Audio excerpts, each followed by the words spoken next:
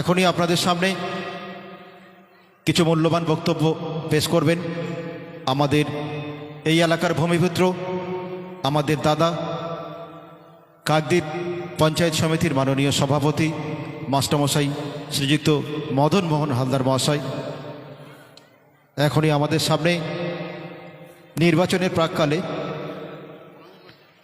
প্রাককালে কিছু মূল্যবান মতামত, কিছু কথা আপনাদের সামনে তুলে ধরবেন।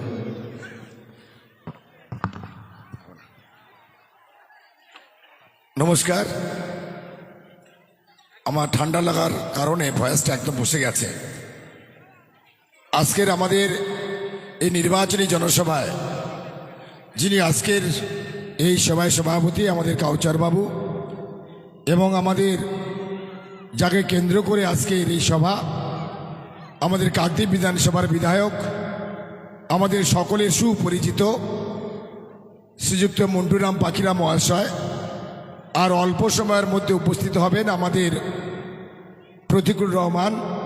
তারা বক্তব্য শোনার জন্য অধীর আগ্রহে আপনারা রয়েছেন। এখানে উপস্থিত রয়েছেন দক্ষিণ 24 পরগনার অর্থাৎ সুন্দরবন সাংগঠনিক জেলার ছাত্র পরিষদের সভাপতি প্রীতম হালদার সহ উপস্থিত রয়েছেন কাকদ্বীপ ব্লক তৃণমূল কংগ্রেসের সভাপতি মলয় চক্রবর্তী মহাশয়। উপস্থিত রয়েছেন আমাদের এই নেতাজি অঞ্চলের তৃণমূল কংগ্রেসের সভাপতি বাকিবুল্লাহ ভাঙ্গি মহাশয় থেকে শুরু করে সম্মানীয় প্রধান সহ পঞ্চায়েত সমিতির সকল সদস্যা সহ বুথ সভাপতিগণ, এছাড়া উপস্থিত রয়েছে রবীন্দ্র অঞ্চল তৃণমূল কংগ্রেসের সকল নেতৃবৃন্দ এবং আমার তৃণমূল কংগ্রেসের সৈনিকবৃন্দ, এছাড়া উপস্থিত মায়েরা আছেন এবং আমাদের নেতাজি অঞ্চলের সকল তৃণমূল কংগ্রেসের কর্মী সমর্থকবৃন্দের প্রত্যেকের আমার বয়স শ্রদ্ধা, প্রণাম, শুভেচ্ছা, অভিনন্দন জানাচ্ছি। আজকের আপনারা জানেন যে আমাদের নির্বাচনী ঘণ্টা বেজে গেছে, তাই আমাদের আগামী এই গতকাল আমাদের মাননীয় মমতা বন্দ্যোপাধ্যায় এবং অভিষেক বন্দ্যোপাধ্যায়ের মনোনীত প্রার্থী শ্রীযুক্ত মন্টুরাম পাখিরা মহাশয় নমিনেশন দাখিল করেছেন। তাই আমাদের সারা পশ্চিমবাংলার মতো আমাদের কাকদ্বীপের যে উন্নয়ন, সেই উন্নয়ন সকলের পরিচিত মন্টুরাম পাখিরা মহাশয়, তিনি আমাদের জোড়াফুলের প্রতীকে পদপ্রার্থী হয়েছেন। তাই আমরা কোনোভাবে কণ্ঠিত না করে, গাফলতি না রেখে, কোনো ত্রুটি না রেখে আমাদের কাকদ্বীপ বিধানসভা থেকে তারাকে বিপুল ভোটে জয়লাভ করার জন্য আমরা আপ্রাণ চেষ্টা করছি এবং আগামী দিনে 2026 নির্বাচনে সেটাও করে দেখাবো। আমি বেশি কিছু বলবো না, বৃষ্টি হচ্ছে। আমি একটা কথা বলবো যে বর্তমান যে পরিস্থিতি তৈরি হয়ে গেছে সারা ভারত জুড়ে অর্থাৎ পশ্চিমবাংলা জুড়ে, বিজেপি নামক যে সাম্প্রদায়িক দলটি আমাদের পশ্চিমবাংলার উপরে, বাঙালির উপরে এবং ধর্মের উপরে যে আঘাত আনার চেষ্টা করছে, সেই আঘাতকে মোকাবিলা করার জন্য, এই সাম্প্রদায়িক দলকে মোকাবিলা করার জন্য আমাদের হিন্দু মুসলিম উভয় সম্প্রদায়কে একত্রিত হতে হবে। তাই আপনাদেরকে বলবো যে আমরা একসঙ্গে কাঁধে কাঁধ রেখে এই নির্বাচনটাকে আমাদের করতে হবে। আমি ছোট্ট একটা গল্প বলে আমার বক্তব্য শেষ করব। একটা গৃহস্থে ইঁদুরের খুব উৎপাত হয়েছে। ইঁদুরের খুব উৎপাত। তা গিন্নিমা কর্তাকে বলছে যে চাল ডাল যা কিছু রাখি, ইঁদুর এত উৎপাত করছে, সে ঠিকভাবে রাখা যায় না। তা কর্তা বলল, আগামীকাল তো বাজার আছে, হসপিটাল বাজার থেকে একটা ইঁদুর মারার যন্ত্র কিনে নিয়ে আসবো। তাই এই স্বামী স্ত্রীর মধ্যে কথা হচ্ছে, ইঁদুরটা কিন্তু দূর থেকে শুনছে যে আমাকে মারার জন্য, আমাকে ধরার জন্য তারা আলোচনা করছে। সেই গল্পটা শুনে সেই বাড়িতে আরও কিছু পশু পাখি তারা একসঙ্গে বসবাস করত। সেই গল্প শুনে ইঁদুরটি প্রথমে চলে গেল পায়রার কাছে। বাড়িতে পায়রা ছিল। পায়রার কাছে গিয়ে বলছে, দেখো না আমি কি বিপদে পড়েছি। বলে, ভাই কি বিপদে পড়েছো? আমি সামান্য কি ধান চাল খাই, সে আমাকে মারার জন্য কর্তা আর গিন্নি আলোচনা করছে, ওই এরা যন্ত্র কিনে নিয়ে আসবে আমাকে মারার জন্য। পায়রা বলছে ভাই দেখো আমি কিন্তু দুটো চাল ডাল চা খাই, আমাকে ওরা দিয়ে সেইভাবে আমি খাওয়া দাওয়া করি। তোমার বিপদ তুমি দেখো, এ বিষয়ে আমি কিছু বলতে পারবো না, আর এ বিষয়ে কোনো সুমতামত তোমার দিতে পারবো না। সে দুঃখের সহিত একটা মুরগি ছিল, মুরগির কাছে গেছে, বলছে দেখো না আমাকে মারার জন্য এরকম ষড়যন্ত্র চলছে। মুরগি বলছে দেখো আমাকে খুব যত্ন করে, সন্ধ্যা হলে আমাকে খোঁজ নেয়, অতএব আমি তোমার এ বিষয়ে থাকতে পারবো না। সে অগত্যায় চলে গেল কোথায় না, তার বাড়িতে ছাগল ছিল একটা, খাসি ছাগল পাটা, তার কাছে গেছে, বলছে দেখো না আমি তো বিপদে পড়ে গেছি, আমাকে সুপরামর্শ দাও, আমাকে বাঁচার একটা উপায় বের করে দাও। বলছে দেখো আমার গিয়ে ঘাস কেটে খাওয়ায়, এটা খাওয়ায়, সব কিছু আমাকে কত জামাই আদর রেখেছে, আমি এ বিষয়ে তোমার কিছু হেল্প করতে পারবো না, তোমার পথ তুমিই দেখো।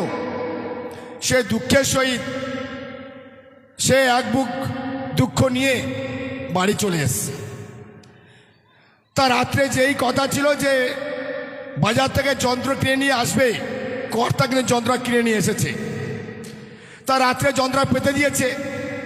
ভোর রাতে গিয়ে গিন্নির এত কৌতূহল, সকাল হতে হতে গিন্নিমা গিয়েই দেখছে যে ইঁদুরটা পড়লো কিনা। তা অন্ধকারের মধ্যে যখনই ইঁদুর সেই ধরার যন্ত্রে হাত দিয়েছে, অমনি ইঁদুর ধরার যন্ত্রের সাপ না পড়ে, ইঁদুর না পড়ে সেখানে সাপ পড়ে গিয়েছিল। যখন ইঁদুর ধরার যন্ত্রে হাত দিয়েছে সঙ্গে সঙ্গে সাপের ছোবল মেরে দিয়েছে। ছোবল মারার সঙ্গে সঙ্গে গিন্নিমা তো অস্থির হয়ে উঠে যন্ত্রণায়, তখনই কর্তার কাছে গিয়ে বলছে দেখো না আমাকে ইঁদুর ধরার যে যন্ত্র কিনে নিয়ে এসেছিলে সেখানে ইঁদুর পড়েনি, পড়ে যার সাপ পড়েছে, সাপটা আমাকে কামড়ে দিয়েছে। তখনই সঙ্গে সঙ্গে কর্তা কী করলো, আমরা কি করি, ওজাকে ডাকতে পাঠাই, গুনিনকে ডাকতে পাঠাই। সঙ্গে সঙ্গে গুনিনের খোঁজ করা হলো। গুনিন এসে বলল যে এর ঝাড়ফুঁক করার ক্ষেত্রে ঝাড়ফুঁক করা হবে, যদি বাড়িতে কালো বা সাদা পায়রা থাকে পায়রাটাকে নিয়ে এসো, কোথায় যাচ্ছে পায়রা ধরে নিয়ে এসো। তা বাড়িতে পায়রাটা ছিল, তারা পায়রাটাকে নিয়ে এসছে। নিয়ে আসার পরে ওরা ঝাড়ফুঁক করার ক্ষেত্রে কোথায় কেটে একটা ওখানে বসে দেয় না, গুনিনের যে কাজটা হয় আর কি। যখনই বসেছে পায়রার সঙ্গে সঙ্গে মারা গেছে। তা গিন্নিমা অসুস্থ, বাড়িতে লক্ষ্মীর দেখতে আসছে, তখন বলল এই যে বিপদের সময় কোথায় কি মাছ টাংরা পাবো, মাছ চিংড়ি পাবো, বাড়িতে মুরগিটা আছে, তাহলে দুপুরে মুরগিটা মেরে দিই, দাও মুরগিটা মেরে দাও। তা মুরগিটা মেরে দেওয়া হয়েছে, দুপুরে ভালো মন্দ খাওয়া হয়েছে। কিছুদিন পরে গিন্নিমাও মারা গেল। মারা যাওয়ার পরে যে ছাগলটা ছিল, খাসিটা ছিল, বলে শ্রাদ্ধ শান্তি করতে গেলে প্রচুর টাকা খরচ, তা শ্রাদ্ধ শান্তি করতে গেলে অতটা খরচ কোথায় পাবো, তা বাড়িতে খাসিটা রয়েছে, তা ওকে বলি দিয়ে দাও, তাকে বলি দিয়ে দিল। এখন ব্যাপারটা এটা গল্পটা বলার কারণ এসআই আছে শুরু হয়েছে, আমরা হিন্দুরা বলছি আমাদের ক্ষতি নেই, এটা মোল্লাদের ধরবে, মুসলিমদের বিপদ। আবার আমরা হিন্দুরা বলছে বলে আমার তো কিছু হয়নি, ও পাশের বাড়ির নামটা কেটে বাদ গেছে, কিন্তু আলটিমেটলি আমাদের বাঙালিদের বিপদ। এই বিপদটা যদি প্রথমে ওই পায়রা কিংবা ছাগল কিংবা মুরগি সবাই ঐক্যবদ্ধভাবে যদি এটা পরামর্শ নিত, তাহলে এই বিপদটা আসতো না। তাহলে তখন আমরা সবাই কি ভেবেছি যে বিপদটা আমার নয়, ও বলছে আমার বিপদ না, বিপদটা ওর, কিন্তু আলটিমেটলি বিপদটা আমাদের সকলের। তাই বিজেপি যেটা করার চেষ্টা করছে, এই বিপদটা হিন্দুর নয়, এই বিপদটা মুসলিমের নয়, এই বিপদটা আমাদের বাঙালির। তাই এই বিধানসভা নির্বাচনে প্রত্যেকের উঠে পড়ে লাগতে হবে, প্রত্যেকে সজাগভাবে লাগতে হবে, প্রত্যেকে সক্রিয়ভাবে লড়াই করতে হবে যে বিজেপি বাংলা থেকে হটাতে হবে। তাহলে আমরা সবাই নিরাপদে থাকবো, সবাই শান্তিতে থাকবো, আমরা ধর্মটাকে আগিয়ে নিয়ে যাব। আমরা দুর্গাপূজা করি তো 7 দিন দুর্গাপূজা অনুষ্ঠান হয়, হিন্দু মুসলিম সবাই রাত দিন সেই কটা দিন, কোটায় 10টা, কোটায় 12টা, কোথায় একটা আমরা হিসাব রাখি না, সবাই আমরা আনন্দ উপভোগ করি। কালী পূজা করি 3-4 দিন ধরে, কোথাও কোনো সমস্যা হয় না। আমরা লক্ষ্মী পূজা করি, কোথাও কোনো সমস্যা হয় না। আমরা হিন্দু মুসলিম সম্প্রদায় আমরা ঈদ উদযাপন করেন, কোথাও কোনো সমস্যা হয় না। একটা জিনিস লক্ষ্য করে দেখেছেন, একদিনে যে রামনবমী পূজা হয়েছে, ওই বিজেপি যারা রামের নামে যারা ভণ্ডামি করছে, একদিনে রামনবমীর জন্য সারা বাংলায় তারা অশান্তি তৈরি করছে। আমরা আমাদের নেত্রী মমতা বন্দ্যোপাধ্যায় বলেছেন ধর্ম যার যার, উৎসব সবার, আমরা সবাই শান্তি শৃঙ্খলাভাবে উৎসব উদযাপন করে থাকি।